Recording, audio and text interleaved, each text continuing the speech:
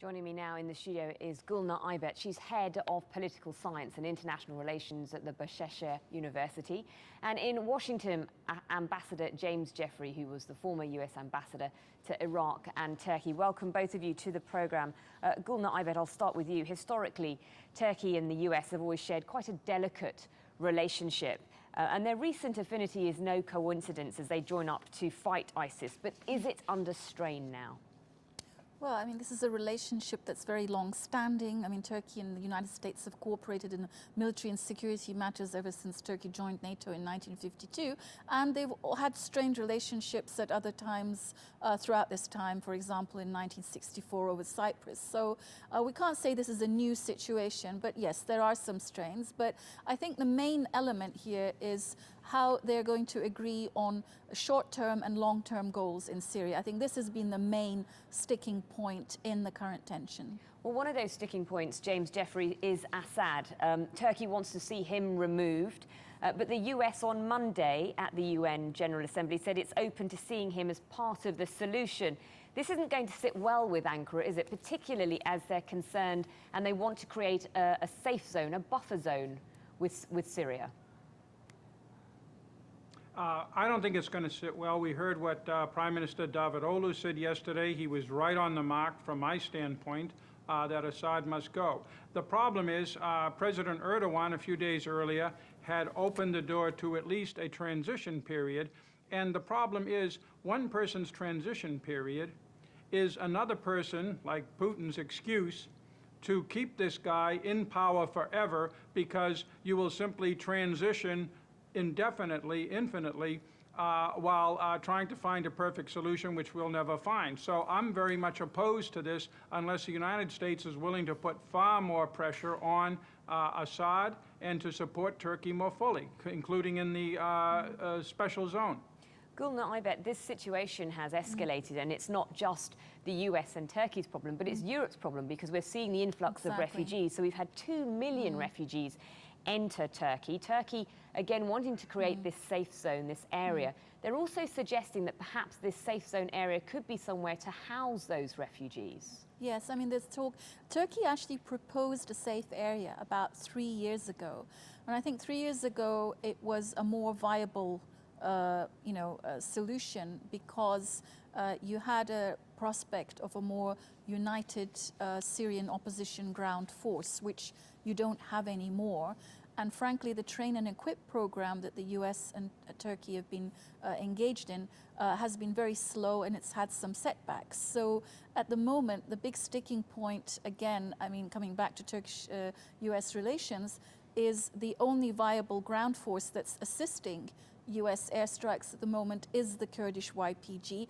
And of course, they have very strong links to the terrorist organization, the PKK. So again, this brings us back to the same loop. But you're absolutely right with the refugee crisis.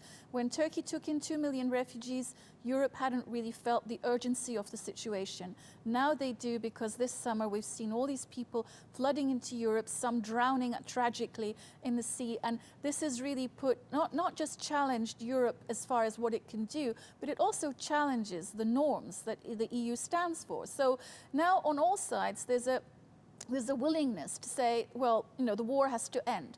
So, I mean, I think what Russia did at that point, what Mr. Putin did, was realizing that there might be an end game coming up soon because of this crisis. He moved in very quickly with a military build-up so that he would have an absolute say in maintaining Assad at the table once the negotiations start. And I think that's the game he's playing at the moment. But there is no quick fix here, is there, James Jeffrey? I mean, even if Assad was removed from power, the crisis in Syria still continues. We've seen failed states in Iraq and also in Libya. As Gulnur Aybet mentioned there about the Kurdish issue, this is a very, very delicate situation that has to be diplomatically played out by the US and Turkey. How is the US going to convince Turkey about this? I think the first thing is to wait until the November 1 elections are behind us. They're having a role which is hard for us from the outside to discern on the decisions of the Turkish government vis-a-vis Kurds of any and all stripes.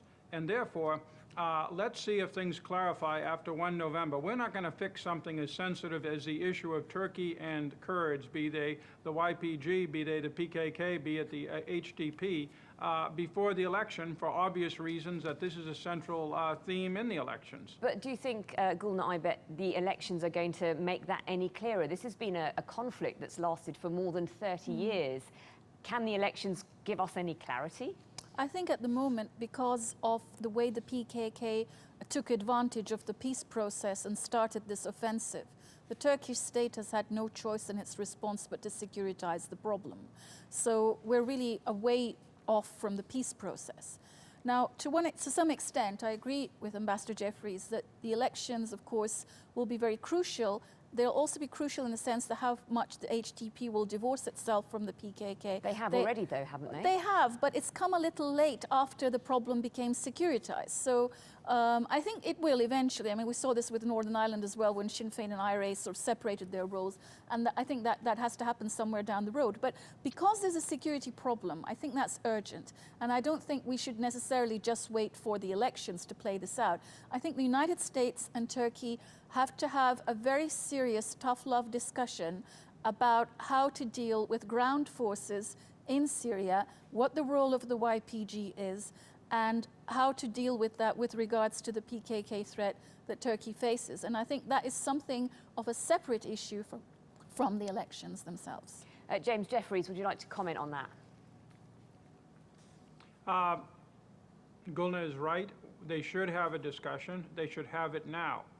But unless Turkey is willing to, at least informally, accept that within Syria and within certain boundaries, the YPG will continue to be supported by the United States, there's not going to be much of a conversation. I'm sorry. I don't think Turkey's going to be ready to do that until after the elections. How do they move forward then? They wait till the elections. That's my point. But I mean, the elections are only going to give you. I do not think that this is a potentially long-term situation. I was with Turkey in the 1980s and 1990s in the battle against the PKK. This conflict on both sides feels somewhat different. Neither side is unleashing all of its capabilities at this point. There is the possibility after the elections for both sides to step back and return to a peace process that was very successful and lasted formally and informally for a good number of years. The problem, though, isn't it, Gulnur Aybet, is that Ankara wants to also be a sort of regional star, as it were. It doesn't want to take direction from Washington. It wants to have its own direction in this drive towards getting rid of Assad and ISIS.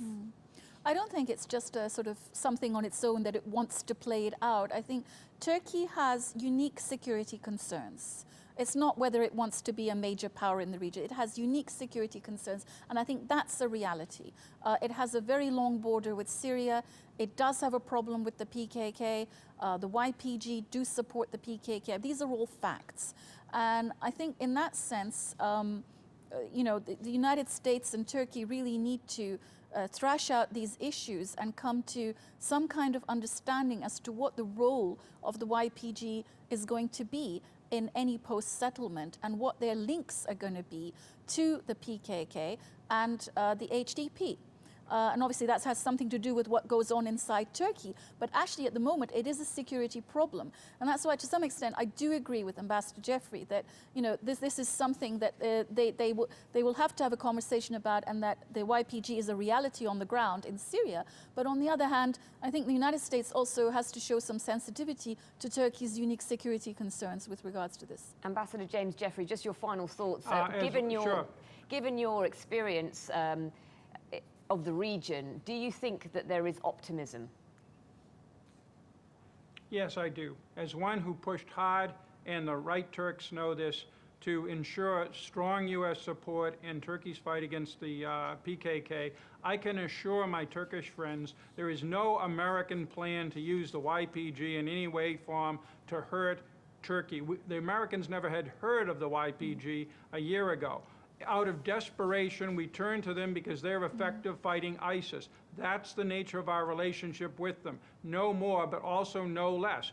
Unless Turkey's going to put tens of thousands of combat troops on the ground in Syria to fight ISIS, Turkey will have to deal with this reality, just as America will have to deal with the reality that the YPG cannot have an autonomous or independent role in Syria and cannot be allied with the PKK in some plot against Turkey. Those are the limits of any conversation. Okay, James Jeffries and Gulnur Aybet, thank you very much.